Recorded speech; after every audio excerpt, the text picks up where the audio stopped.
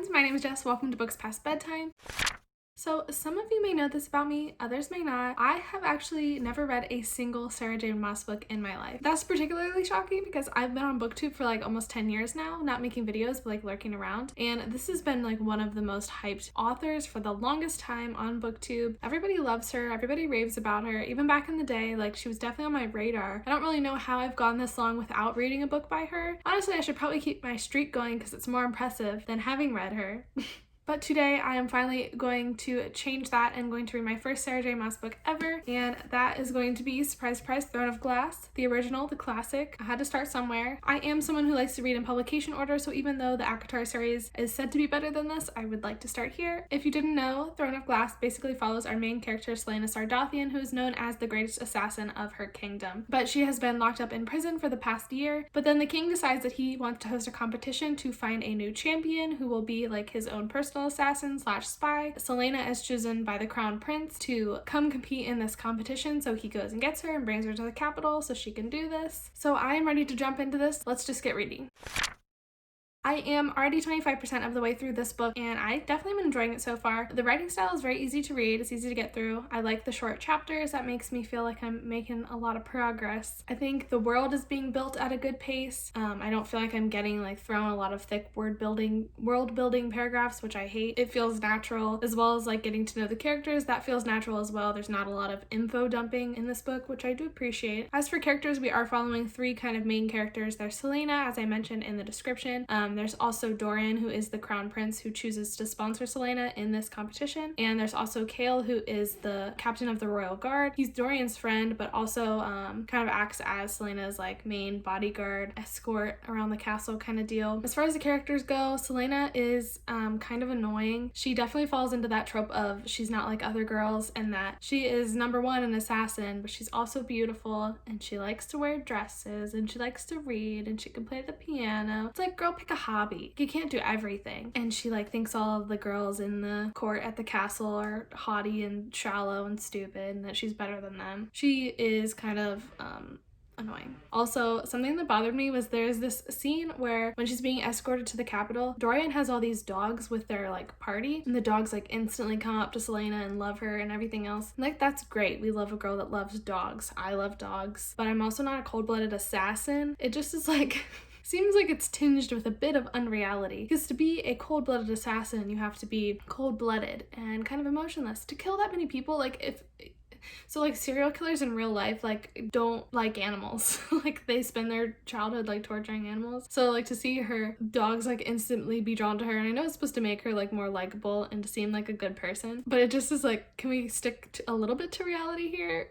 No? Okay, got it, thanks. As far as Dorian goes, we haven't really seen a lot of him. He definitely is very tropey in that like he is the prince, but he doesn't like his dad, and he wants to rebel, and he wants to rule the kingdom differently. He doesn't want to be stuck in a marriage that his parents put him in with somebody he doesn't love. Like, fair enough, but he's just so similar to every character in every YA fantasy. We haven't really learned a lot about him yet though, and haven't spent a lot of time with him, so I kind of hope that he develops a little bit more. I think Kale right now is my favorite character. I just think that he is the most mysterious one right now. He plays his cards close to his vest, so we really haven't learned a ton about him, but he's interesting enough that I want to learn more about him, and I like the way that he doesn't think Celaena is hot shit and puts her in her place, because she needs to be put in her place, to be honest. So right now I think he's funny. I like him the best. One thing that does bother me about the writing is that Celaena is like very obsessed with her appearance, and the way that she is obsessed with her appearance like almost feels like this book was written by a man, just because she like mentions what her breasts look like things like that. Just the way that she thinks about herself is not how I think about myself or like how other women that I've met think about themselves. It feels almost like objectifying the way that Celaena thinks about her own body. It just is like a little weird whenever I read something like that in the text. I'm like, Sarah J. Maas, what the hell are you doing? It just reminds me of criticisms that people have of books that are written by men, like through a female main character, and just thought it was funny. I also think it's so funny how similar this book is so far to The Hunger Games. So I don't know if it's because I just reread The Hunger Games, but this was written around the same time when those books were popular, and I definitely see the parallels. As I mentioned, this is like a competition competition to be the king's assassin, and there are 24 competitors, just like the Hunger Games. They all go to the capital, and right now they're all in this training center before like the main competition, sizing each other up and like training for the whatever. It's just very much like the Hunger Games when the tributes all go to the training center. It's like the same concept. And also the same advice that Haymitch gives Katniss to like not stand out too much, they give to Selena. They're like, Selena, you're gonna pretend you're somebody else, because if they knew you were the greatest assassin, they'd see you as a bigger threat. We want to like surprise them, make them think you're the underdog kind of thing. It's just very similar is what I'm trying to say. There's so many parallels to the Hunger Games. I'm sure the series will diverge from Hunger Games similarities very soon. Just they're very striking in like the first part of this book. So that's how I'm feeling so far. Nothing offensive has happened yet. If I had to rate it right now, I probably would give it a 4. I think that I am going to end up liking this though. I don't know if it'll be a 5 or not, but we'll see. And I am really enjoying reading it, so we will see. I will update you next when I am 50% of the way through. My hair looks a little crazy. This is my like natural hair, no products in it, slept on it wet. But I'm going swimming later today, so I don't really feel like doing anything to it, so this is what I look like. I'm sorry. I'm now halfway through Throne of Glass by Sarah J. Maas. Honestly, I'm feeling kind of the same about it. I am really enjoying reading it. It's kind of like something you can't take too seriously though, and I definitely have some issues with it, just in like continuity. One thing that's really been bothering me is that Selena is supposed to be this like deadly assassin, but she sure has a lot of freedom in the castle for being a deadly assassin. Like she's basically just allowed to be in her room by herself whenever, and like she's allowed to walk around the castle wherever she wants to. I mean, she was like in a high risk security prison right before she came to the capital, and they're just letting her like wander all over the place and befriend whoever she wants and talk to whoever she wants and go wherever she wants. It like doesn't track. I get that she's a girl and that she's like intelligent and they all like her, whatever, but just for reality's sake, I would think that she would be a little bit more of a prisoner within the castle than she is, but you know, whatever. I guess, like I said, this is not something I could take too seriously, I guess, or I will hurt my brain.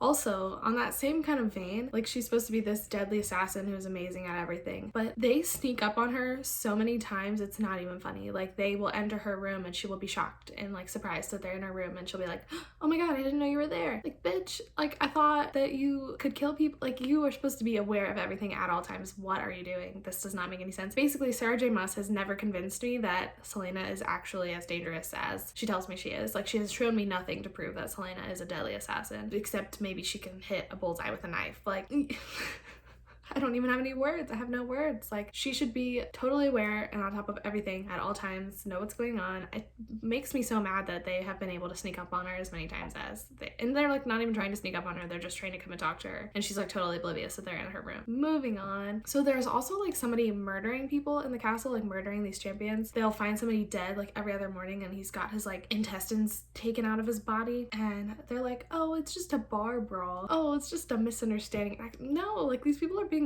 murdered in cold blood. I really don't understand why like Kale in particular, the army guy, is like brushing all these murders off and acts like they don't matter. Like obviously somebody is killing these champions. Like why are we not trying to get to the bottom of this? Nobody seems to think that this is weird, which is weird to me. Selena thinks it's weird that somebody's murdering people, but nobody else does. I find that very hard to believe, especially when they are missing organs. That's not that's not something that happens on the regular. Oh, okay. Getting a little bit heated. I thought I was enjoying this book, but now that I'm talking about it, I'm like, well, did I? Okay, another gross thing that I have to talk about is that Kale like contemplates Selena's virginity in this book. Why? What does it matter? That's on how I said last time that this feels like it was written by a man. That's something that I feel like a man would include in their book. I'm like, Sarah J. Maas, what are you talking about? Like, why are we discussing her virginity? I get that that's something that, especially in like fantasy and like kingdoms and stuff, is kind of like more valued than in regular day, but this doesn't feel like a traditional fantasy where that would be something that would be discussed and then it's just thrown in here. Kale's like, oh, I think she's a virgin. Who cares? Like, why are we talking about this? It's gross. It's not your business and it doesn't matter anyway. Ugh. Ugh. That's all I wanted to talk about for now. I'm halfway through this book. You can't tell. I guess I'll update you again when I'm at 75%, see if I have anything else to say. I thought I was gonna give it 4 stars still, but now that I'm like talking about it more, maybe it's a 3-star book. We'll see. We'll see. Ooh.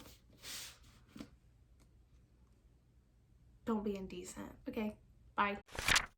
Okay, we are 75% of the way through Throne of Glass. We're still enjoying it. It's definitely starting to annoy me a little bit more. I think my biggest issue is just I don't really like the love triangle. Dorian is not the character for me. I think he's annoying, and he hasn't done anything to like make him likable to me. He just has annoyed me every scene he's been in, and then Selena is just like drooling over him, and I'm like, I feel like I haven't been shown like what she sees in him and why she likes him, other than that he's handsome maybe. Other than that, he's very like presumptive and he complains a lot. He's kind of judgmental. I don't really like their banter. It just like weirds me out. He's very forward, and I don't enjoy that. Kale is definitely where it's at, in my opinion at least. I really like Kale. I like that he's loyal. I like that he's kind of mysterious and a bit shy and unsure of himself, and really like he internalizes a lot of things. He just is such a more interesting character to me because I feel like there's so much to explore and unpack with him, and there's so much room for his character to grow and change and to learn more about him. So he just is very much more interesting to me than Dorian is. I like Kale a lot, and it kind of is annoying to me that he likes Selena so much, because I feel like he's so much better than Selena. He deserves better than Selena. And Selena is over here like talking to Dorian about how he should just marry somebody to make his family happy and then be with whoever he loves on the side. I don't like those values in my main character. I'm sorry, but it's just a personal preference, I guess. Whereas Kale, on the other hand, is like so loyal and so dedicated to the people around him, the people he loves. At least it seems like to me. So I don't see them being a very good match. But then it also just makes me mad like that the love triangle is tending towards Dorian, just because I like Kale so much. Like, I want Selena, I guess, to be a better person for Kale instead of settling for Dorian. It's like whenever Dorian like turns to her and gives her any attention, Kale just like flies right out of her head. And that's very annoying to me because Kale is such a sweet cinnamon bun. I just love him so much. So it's kind of making me sad, but I don't really know who's endgame. I can't really tell yet. So I don't really know who to root for in this love triangle, even though I'm rooting for Kale, but you know. Anyway, so there are two other female characters in this book aside from Selena. One of them is Princess Nehemia, who is the princess of another country, like in the kingdom, and she is in the court at the castle, like trying to get into the good graces of the royal family. I don't really know, but she was a very interesting character. She like instantly befriends Selena and really likes Selena because Selena is like the only person who's nice to her. There's a little bit of like racism going on against her, but there's also rumors that she is a rebel sympathizer and like helps the rebellion within her own country against the kingdom. So I feel like that makes her a really interesting character. Also, another main character, she started to become more of a main character as the book has gone on, is Lady Caltaine, who's another woman in the court. I kind of feel bad for her because everybody in the court hates her. They think she's annoying. She is very much like trying to manipulate and position herself a position of power. She really would like to marry Dorian, and I thought she was annoying at first too, just because all the other characters in the book told me she was annoying. But learning more about her, she's actually a really interesting character and has a lot more depth than maybe even Selena herself, because her story is just super interesting, and she definitely is a very smart and intelligent character who has interesting motivations for her actions, and I just would really like to learn more about her. I'm way more interested in her and Nehemia than in Selena. But another continuity error that I wanted to talk about, as I mentioned in the previous clip, like Dorian and Kale sneak into Selena's rooms all the time and frighten her, like scare her. She didn't know they were there for like however long they were standing there. It bugs the crap out of me. It continues to happen. Literally every time somebody walks into her room, she like doesn't notice that they're there for a couple minutes. And then there's another scene where Elena, the ghosty queen lady, is in her room, and she like immediately wakes up and has her hand on her knife. Like, can we at least get some consistency here? Is she an idiot or is she not? I don't, like a ghost can wake her up, but friggin' 200-pound men can't. I don't understand. It's driving me nuts. Sarah J. Maas really needs to work on her continuity of character. I also am really confused about what happened to one of the champions in the competition. His name is Paylor. He was like a little thief kid, I don't know, but he helped Selena in one of the tests, and then they like never mention him again. They're like naming off who's still left in the competition that hasn't been eliminated or killed, and he's not included on the list. That he's been mentioned quite a few times and like played a decent part in Selena advancing, and they're not even gonna give him page time to tell us like what happened to the poor kid. I was a little bit mad at that. I was like, what the heck happened to Paylor? Why won't you tell me what happened to him? This is shaping up to me to feel like a 3-star read. I'm not loving it anymore. It's kind of annoying me quite a bit, but I do want to see what happens to the characters and what happens with like the mystery going on, like who's killing people. I want to know. So I'm going to keep reading, finish this up hopefully today, and give you my final update, and then we will talk about my final thoughts and feelings and go from there. I'm very sorry if the lighting is terrible, but I just really want to finish this video, so it is what it is. Alright, so I finished Throne of Glass by Sarah J. Maas, obviously. Honestly, I don't really know how to feel. So Overall, I liked it. I really wish that I had read it when it first came out because I think I would have enjoyed it a lot more. It was like the next wave of popular YA after The Hunger Games. It was kind of pushing the ticket more towards fantasy, but this is still very much heavily inspired by what made The Hunger Games and Divergent and those kind of stories popular. And so I kind of wish I had read this book at the height of all of those series because I think I would have enjoyed it a lot more. But at this point, there are just so many better books out there that I just can't justify giving this more than like 3 stars. For me, this was a very average read. There were definitely aspects of it that I enjoyed. I think the world is pretty rich and pretty well developed. I think the characters are pretty well developed and fairly well done. The writing is not too bad. It's very easy to read. Some of the things did get repetitive. I felt like we were just hanging out with Selena in her room all the time. She slept a lot. She wore a lot of nightgowns. She got startled a lot by the other characters in the book. Other than that,